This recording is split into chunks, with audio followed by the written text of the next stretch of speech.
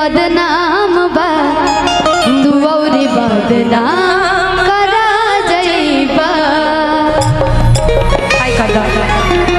एगो बहुत ही प्यारा सा गाना रहे, लेकिन एगो भाव के तोहर पायल कि जब छन से छनक जाला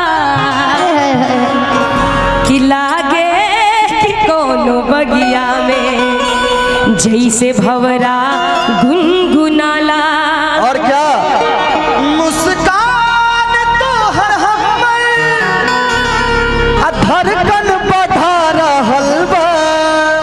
हाँ लागे कि जैसे खेतवा में,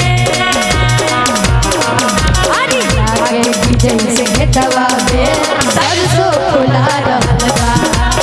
लागे कि जैसे खेतवा में सरसों फुला रहल बा। ओढ़नी के रंग पियर, ओढ़नी के रंग करिया, कि ओढ़नी के रंग करिया, ओढ़नी के रंग करिया हर जादू चला रहल बा। लागे कि जैसे खेतवा में,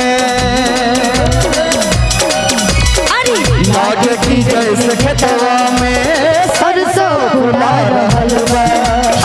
लागे कि जैसे खेतवा में सरसों फुला रहल बा।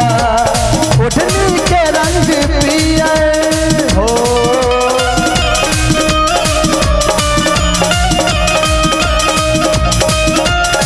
कान हूँ तू मेरे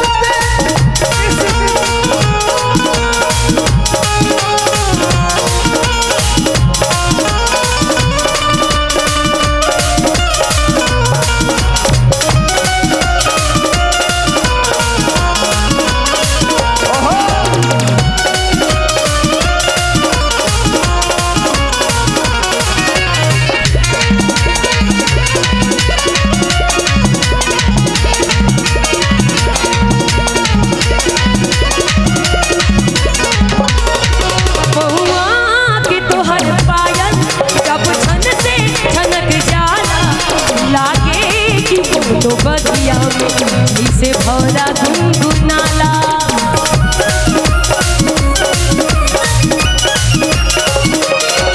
बहुआ के तोहर पायल जब छन से छनक जाला लागे कि जैसे बगिया में जैसे भौरा गुनगुनाला। ई शरीर के बनावट, ई शरीर के बनावट हर बिजली गिरा रहल बा। लागे कि जैसे खेतवा में, लागे कि जैसे खेतवा में सरसों फुला रहल बा। अरे लागे कि जैसे खेतवा में सरसों फुला रहल बा। इसमें एक लाइन है जो कि खास है।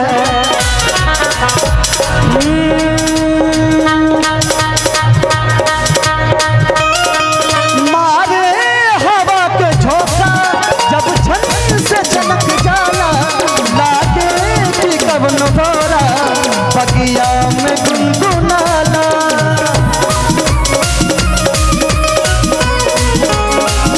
अरे हवा के झोंका लहरे ला खुलल के सिया लागे कि कवनो भौरा बगिया में गुनगुनाला। मुस्कान तो हर हमर धड़कन बढ़ा रहल बा। लागे कि जैसे खेतवा में, लागे कि जैसे खेतवा में सरसों फुला रहल बा। अरे लागे कि जैसे खेतवा में सरसों फुला रहल बा। ओढ़नी के रंग पियर